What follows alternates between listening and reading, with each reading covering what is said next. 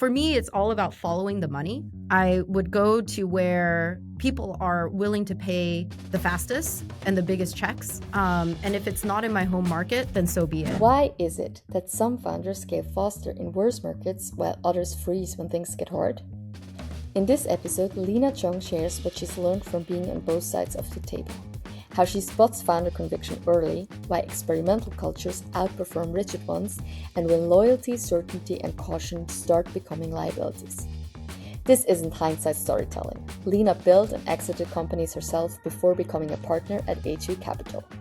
And the last market shift, from growth at all costs to efficiency above everything, made these lessons painfully relevant. I personally really enjoy conversations with investors who have actually lived the founder journey before becoming investors, but this one went even deeper than expected. Now, if you want even more from Lina, check out this week's newsletter at followthegradient.io, where she shares additional insights, tips, and stories beyond the show.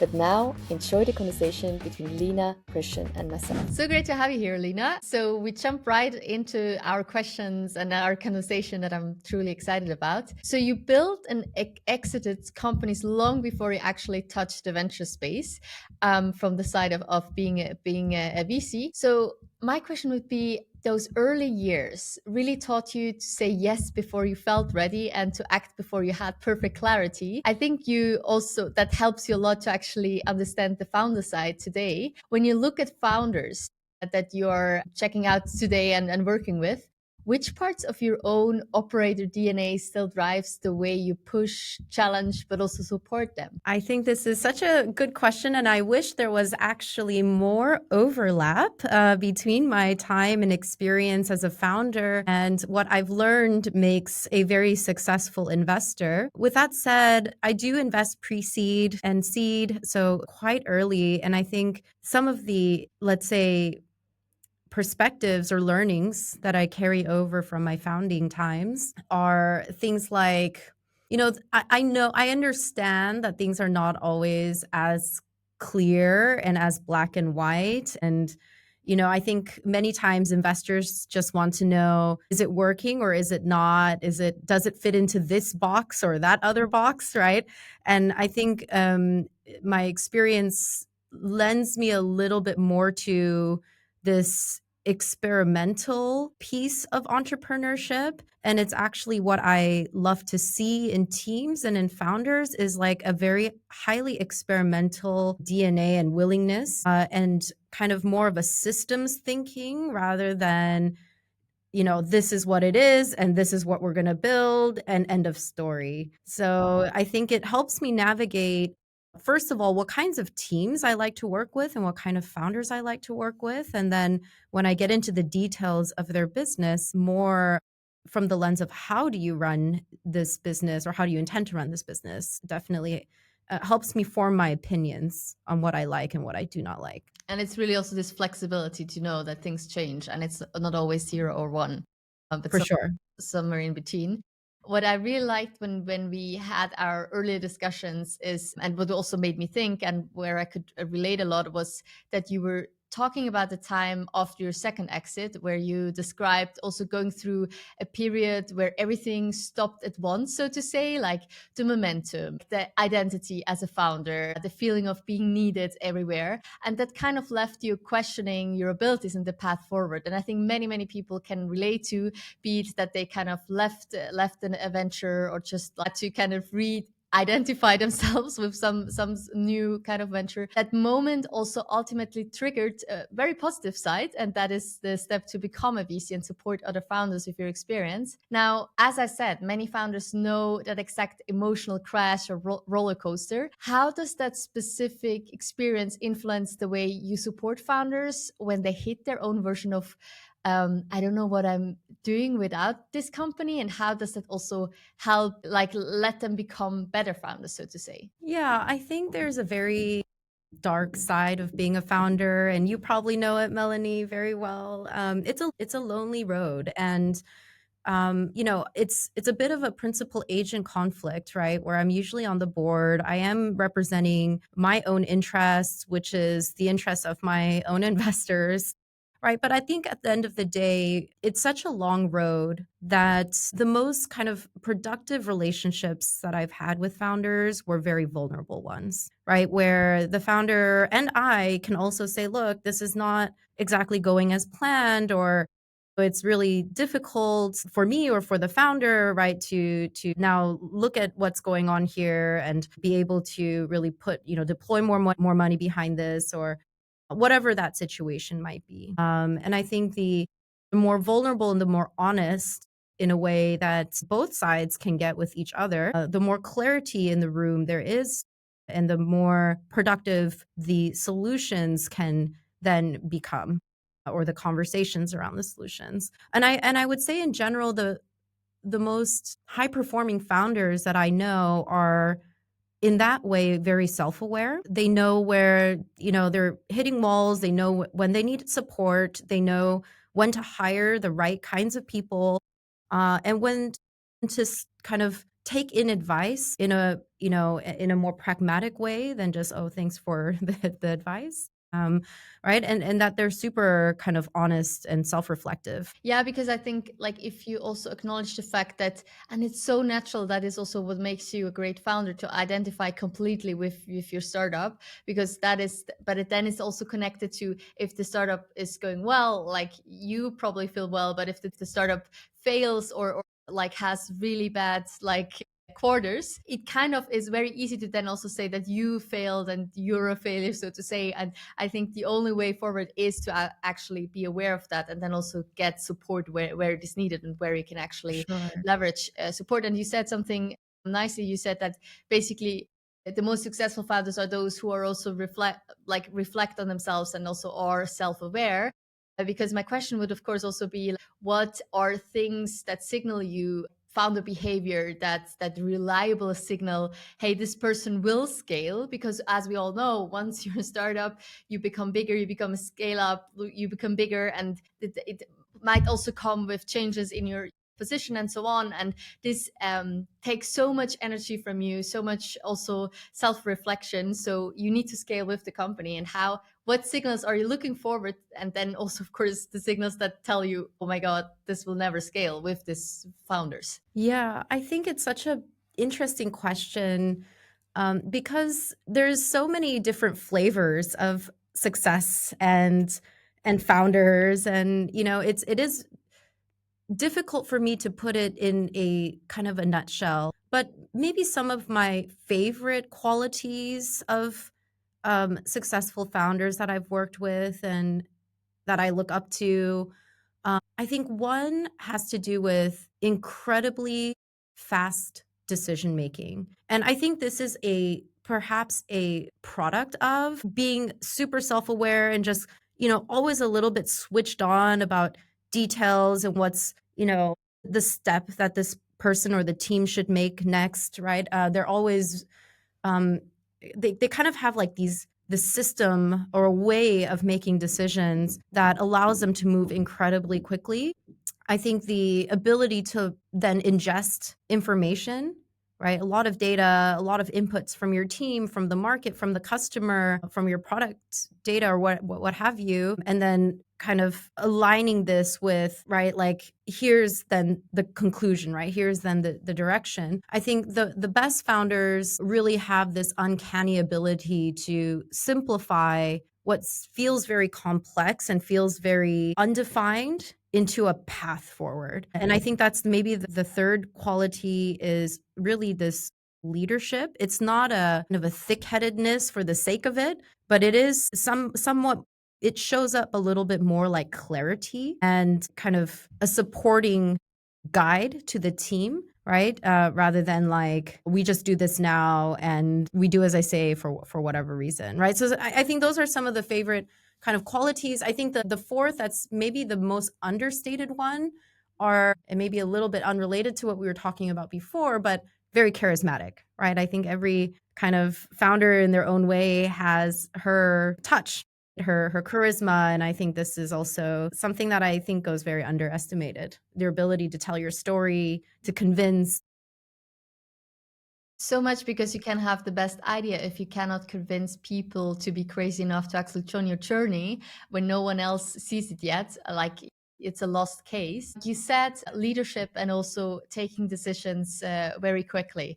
And one topic that we see again and again pop up is the kind of the mistake that many founders do, and I include myself there, that you kind of are very loyal to the very, very early employees, no matter like the journey you go through, no matter the size of the company. Like, you just think, hey, no matter what, this is also my kind of loyalty to them back, to kind of stick with them. And sometimes it's just then not the right fit, and you wait too long, which is not good for your company, but it's also really not good for the employees yourself. And I know that you also had experiences with stories like this with startups.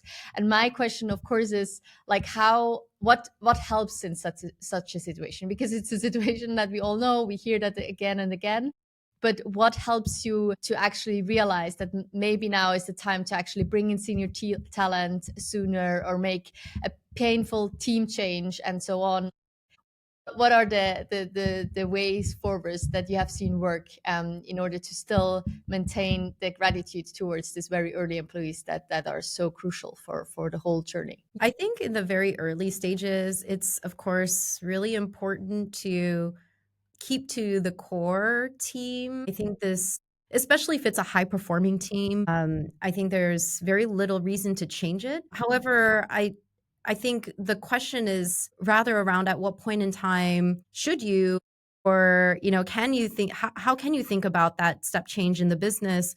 Because at some point the potential of the business is as great as the individuals within, and at times it does then require, right, external or different experiences to step in to take the lead. I think it's very difficult for a founder. To be honest, I've seen it in both extremes as well. Like, I've seen founders who've really very almost systematically cut out like their 90% of their founding team and rehired and really kind of led it with that style. And I've also seen the complete opposite extreme, which was the very early founders plus like first 50 100 employees are like the culture carriers, and nothing then changes from this group. I think if the ambition of the founder or of the founding team is to become a globally leading company, you have to look at the business and the people you work with not as friends or entities to be loyal to, but rather dispassionately, and to say, how can we position this business and the components of this business, team being one of them, in the best way possible, right? And I think without compromising too much on your culture, I think there are definitely ways to communicate that very honestly and very openly with the team and say, look, this is the next stage of the company's journey. We want to achieve, right, 50 million, 100 million in revenues, or whatever that next step goal might be. And say, quite frankly, I don't have the experience to get there, and neither does anyone here, right? So let's kind of look for that expertise and that next kind of piece, right, to help us get there. I think on the other hand, as a business, you don't absolutely need to do that, right? There is something to be said about keeping high performing kind of early teams and training them up and getting them advisors and surrounding themselves with a supporting team. I think there's not one valid or invalid strategy, but yeah, it is from like an emotional standpoint, it is hard to do the former and maybe a little bit easier to do the latter, right? Which, again, I think has its pros and the clear con for the second piece is that, people at some point do get complacent, and what you don't know what you don't, right? And so if you don't bring in that knowledge and that kind of freshness to the team, I think the risk of just kind of being complacent, falling behind is relatively high. I think also because we said it's so crucial, the first 10 employees that you have, it can feel like family because you also spend a lot of time. But I feel the better association that I found is you're not family, you're a sports team, a very successful, a high performance sports team. And the sports team works because you support each other, but you also demand from each other the best like performance, so to say. So that is still a given, that the performance needs to be given, but then you basically are one team and you go into the right direction.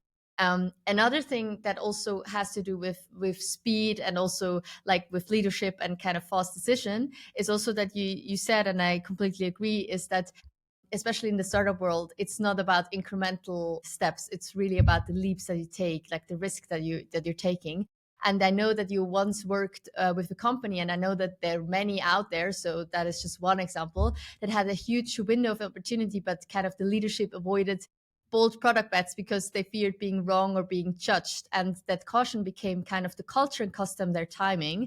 Today, how do you test whether a founder has the instinct and courage to place this high conviction at the moment it matters? Is there anything that helps also founders who are maybe in such a situation where they know, yeah, I can just move on like I did the past year, but it won't kind of put me on this traction of like high growth but also high risk? It kind of goes back to the experimental nature of the founding team. There's maybe a couple things, qualities that I think help that. One is that the founders can't believe that they know everything. They have a vision and they're executing against a vision, but there are 100 different ways to get there. And along the way, there should be an openness to also explore a pivot or alternatives or, you know, some other variation of the thing that they envisioned. Maybe because it addresses a larger market, it solves a bigger pain, what have you. But I think for me, if I see a team that's unwilling to compromise in that way, or there's not really a culture of exploration internally, and this can show up in several ways. It can show up in, right, like how do you actually build product? How do you engage with customers? What's the methodology that you employ to really kind of collect this data and drive decisions from this data, right? How much does intuition also play? And how do those decisions get made, especially between, let's say, if you're a company with like founder that's leading sales or leading product, and then a team below that founder, how does the inputs from the team actually get then wrapped into actual product build, right? Things like that. So I think, I mean, one of the things that I like to do, especially at a certain size of company, is I tend to diligence not just the C-suite or the level below, but kind of multiple levels below. And I try to get a really good sense of how those kinds of decisions really get made in an organization. And if there's clarity around the system, right? Or if it rather feels random or one-off, or that the decisions get made behind closed doors within a very exclusive group, it's like a very different way to run the org than another. So I do look for more of these kind of, experimental cultures and systems type thinkers in my day-to-day. And you spoke a lot about the different characteristics of a founder or a founding team and their early employees. Maybe can you walk us through your inner process on when a founder or a team appears on your radar? How does that journey look like from that initial meeting to your personal conviction on them and on their team? And I don't mean for instance, financial due diligence, but really the evolvement of your conviction and that you stand behind that. It's really such an interesting question. And I think over the years, I've started to also get more honest with myself. And maybe it's just me getting more proficient at the job. But when I thought about this question, I realized I kind of know. I know from the very first, maybe 2 minutes even sometimes, like how excited I really am. And I think part of this has to do with how well the founders can present the opportunity and how well they can speak to the opportunity and what they're building. So their ability to communicate, and we talked about charisma, I think that really shows up in the first kind of interactions, right? And then throughout that first conversation, the depth to which that founder or the team can really go in their field, I think is like another piece of it, right? So the truth is, I think in my gut, I know very early, like really in the first in the first moments. And then I kind of seek to validate or invalidate my excitement in all the following interactions, right? And there's all sorts of, ways I can rationalize or not, right? Like my feeling on the team, my feeling on the product. Obviously, this is not exactly the same when it comes to a Series A company. Sometimes, right, the idea or the problem space might be more or less obvious, and it's a lot about traction. But I think for the earlier teams and earlier companies, I do feel a different kind of excitement with all the teams that I then go on to engage with and eventually bring to a committee. I mean, once you've backed someone or a company, a team, obviously this team can also use you as a VC, you as a person as a resource, right? So what are like particular patterns where you felt this is a really intentional and very effective way to use this resource, the VC and your experience? And where did you feel this is kind of misused or underused? Most founders who really know how to utilize their venture investor resources are things like go-to-market and fundraising. Especially the funds that I've worked with, HV and in the past, are large generalist platforms. So I think really smart founders know how to put all of their board members and all of their investors to work, either in the form of high value introductions, name it, be it advisor, but more importantly, customers, right? Or they essentially don't call until they fundraise again, right?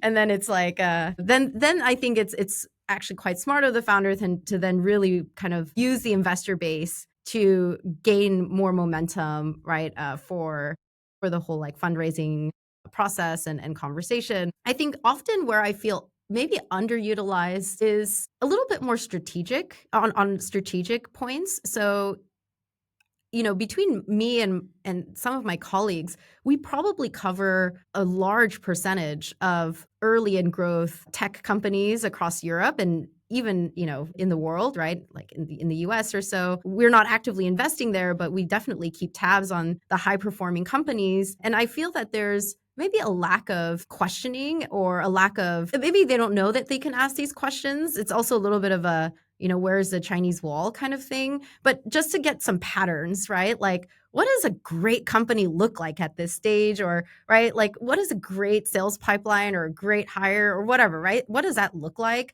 So I think when it comes to kind of, understanding maybe like certain benchmarks around very closely situated competitors or lookalike companies or even candidates, I think that's where I feel a little bit underutilized, actually. Why do you think that is? Especially since you've been on kind of both sides of the ocean, right? Because there's obviously a sort of love-hate relationship between VCs and founders. So why do you think that is? Most founders don't really want the advice from venture investors. I think it can be appreciated, and I think there are moments in time where there's an actual need and an actual question, right? But I think for the most part, it's not like they'll likely not be basing their whole decision on, right, like the input from their investors. I think internally the team has a process, they have opinions, they have a culture, they have a way of thinking about coming up with opinions around certain things, whether it's, or do we think we're doing a good job?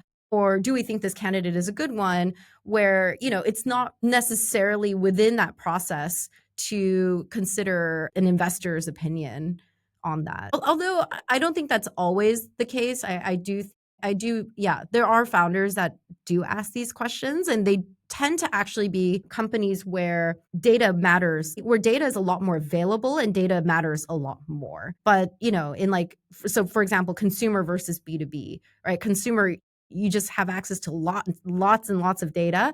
And it is a very, very important piece in decision making. Whereas in B2B early stage, a lot of that is quite anecdotal. You've mentioned go-to-market earlier as one component where founding teams can seek support with their investors.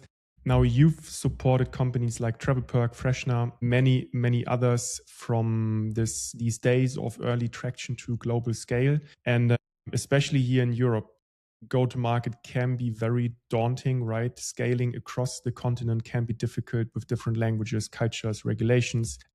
going global is a jump many companies want to do rather later than earlier. Can be questioned if that's right or wrong. So when you distill everything you've seen, what would you say are the kind of practical GTM moves that consistently work for SaaS teams operating or starting from here? Yeah, it's such a good question.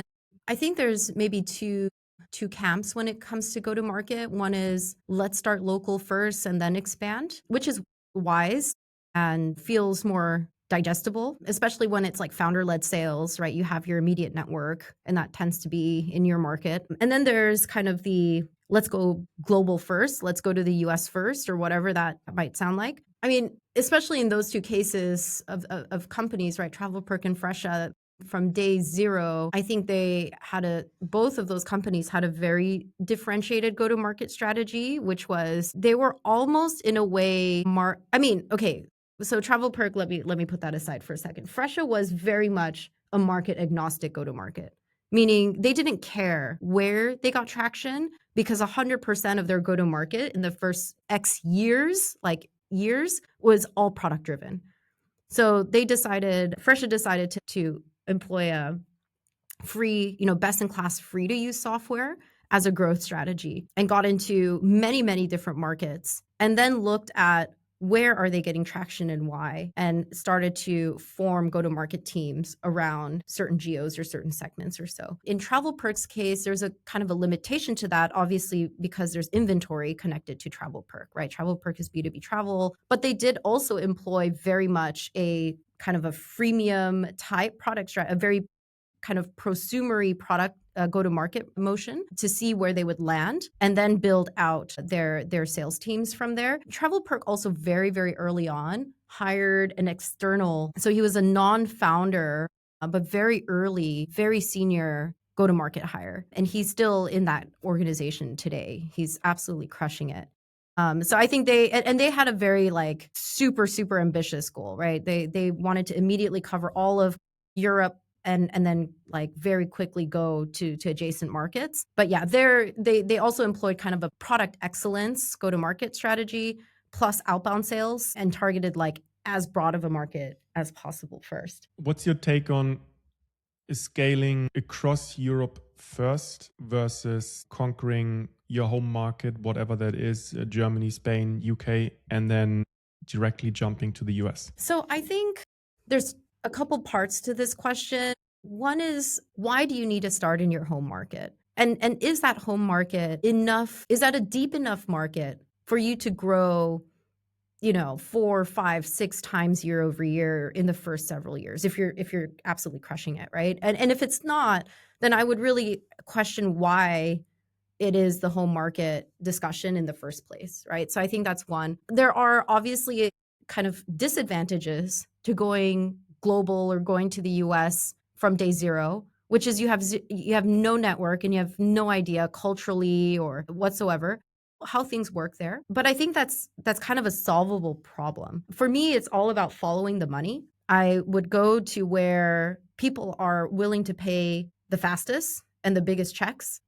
And if it's not in my home market, then so be it. I think there's, a lot of startups that I've seen coming out of smaller markets, let's say the Nordics or Israel or right, like different parts of the world where they employ a global first strategy and it works very, very well for them. And they're still not like, US native companies, but it works. And so I would really encourage founders to question very deeply their go-to-market motions and why they choose home versus other versus global, right? Like I think to some extent it's a bit arbitrary sometimes to pick like in our backyard just because it's there, right? Now, what we also saw in the past 2 to 3 years is a complete shift the market environment. On the one hand, we went from growth at all costs to be super efficient. There is not money deployed as it was in 2021 when, for example, we raised where it was just like so much money. But then the other point, and this is then just to also say there are still exceptions where there is a ton of money and you don't need to basically care because you're just a super hyped AI like startup. So I don't want to talk about these cases because they are stand for their own, but for the rest of the startup community, where it's not just super easy always to raise money because the context has shifted. How do the best and the resilient founders act, and what do they do differently? Yeah, I think the most resilient founders are incredibly adaptive. We were actually just talking about this with someone. So there's maybe two different camps of founders. One is a founder that says, "Oh, I'm going to let go of my team, maybe 10% of my team and another 10%, another 15% of my team," right? And it's a little bit like a slow roll. And then there's another approach that's like, we're hitting a wall with our budget, or we just need to become way more cash efficient, or whatever that is, right? Here's a new reality. Cash isn't around. We need to adjust to this reality. And then they make this like super aggressive move, right? It's like 30%, 40% adjustments plus. And I think probably the best founders, and this also kind of maybe goes back to the ability to make decisions, like hard decisions quickly and very resolutely, is I think the best founders are oftentimes the ones that go for those 30, 40% type changes rather than the incremental ones, because they're really steering a ship like aggressively, right? I think this is one. I think that the second thing is the best founders, though, don't just cut for the sake of cutting, or don't just do things for the sake of it because everyone else is doing it. They sometimes say, look, we will do that to become more capital efficient, but here's still our North Star. We still want to be the number one in the world. And so we're still going to aggressively invest where investment makes sense and try and position ourselves, right, as that number one player in the world. And we'll come up with a kind of opportunity. So if the rest of the world, especially in your field or in your vertical, is having trouble to fundraise, right, maybe that's also an opportunity, right, to do something different, right, or something meaningful, or maybe there's assets that you can pick up, or teams like top tier talent you can pick up, right, that's now maybe a little bit more affordable than they were in past years, right? So I think every kind of the best founders are, on the one hand, able to make these super drastic decisions, but still drive and invest and double down where it does make sense. And they're not afraid of it, right? Even against the face of their board members, even against the face of their team, right? Sometimes, I mean, I think these are like really hard, very pivotal decision moments.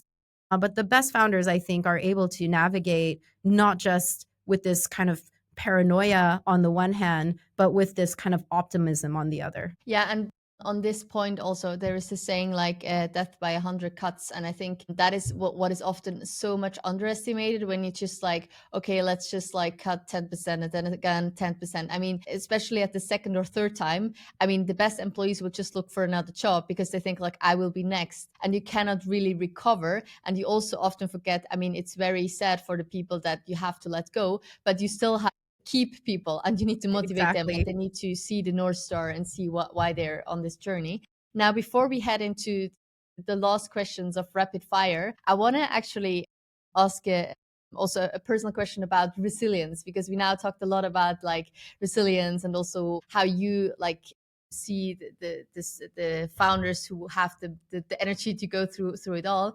And I mean, you're a partner, you're a mom, you're one of the few women in partnership layer of European ventures. And without turning this into a diversity narrative or like going into that corner, what structures or boundaries enable you to operate sustainably without burning out, and also kind of stay resilient to actually be the best version of yourself? It's a tough one. I don't know if I have the best balance in the world, to be honest. However, you're very self-reflective. Yeah, it's not always possible. But like, for example, my kid's first words was, or like first phrase is like "Mama arbeitet," right? So like Mama's working, and this is always what he's hearing. So, it is what it is. I think I learned how to really prioritize, like what really moves the needle in my day, in my life, for my firm, for this founder, for this company, right? And I think if I were really honest with myself, I'm not that pivotal everywhere all the time, right? But I do think there's some moments in time and some places where if I show up and I bring 100%, it makes all the difference. And now we would love to hear from you. How did you like it? What should we improve? Do you have any suggestions, ideas, or dream podcast guests? Please let us know. Thank you and see you again next week.